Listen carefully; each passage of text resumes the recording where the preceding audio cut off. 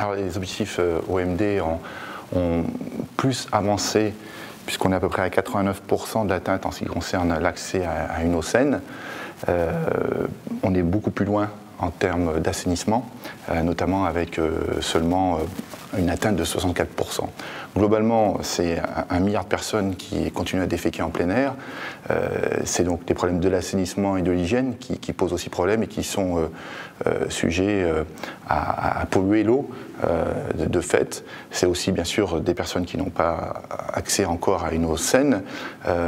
et c'est environ 3,6 millions de personnes qui sont touchées, qui décèdent, notamment beaucoup d'enfants, de jeunes de moins de 15 ans et des enfants de moins de 5 ans, à peu près 3 millions d'entre eux, parmi ces 3,6 millions. Donc on voit que ça touche aussi surtout les jeunes populations par des maladies hydriques. En particulier, bien sûr, le choléra, mais ça peut être la typhoïde, les hépatites. Enfin, il y a à peu près une quinzaine de maladies issues de ça. Donc la non prise en compte de l'hygiène, de l'assainissement et aussi de l'accès, un accès encore insuffisant à une eau saine fait qu'il y a des problèmes de santé qui tuent via les maladies ou qui rendent malades et qui font qu'il y a un poids aussi économique et social. Donc on en est là. Et à l'heure de la définition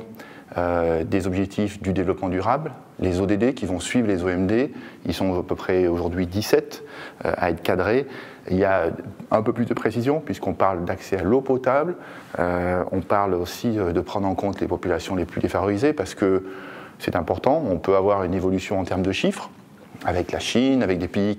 émergents qui augmentent le nombre de personnes qui ont accès à l'eau et à l'assainissement, mais on oublie, on creuse un fossé avec d'autres populations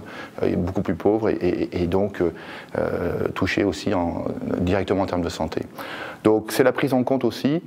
dans le cadre de ce travail, de la transversalité de l'eau finalement, qui ne doit pas être un domaine à part, mais qui a une influence sur l'énergie, sur la santé des populations, et donc qui est transversale,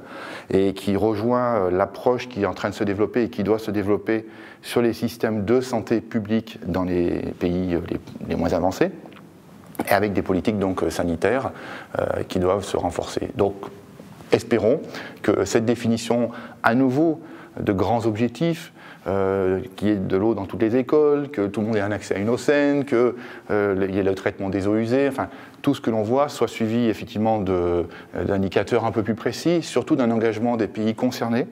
et avec le soutien de la communauté internationale dans une approche multi-acteurs, puisque c'est ensemble que des associations, des collectivités locales, des gouvernements, des entreprises vont pouvoir s'attaquer à ces nouveaux enjeux. Donc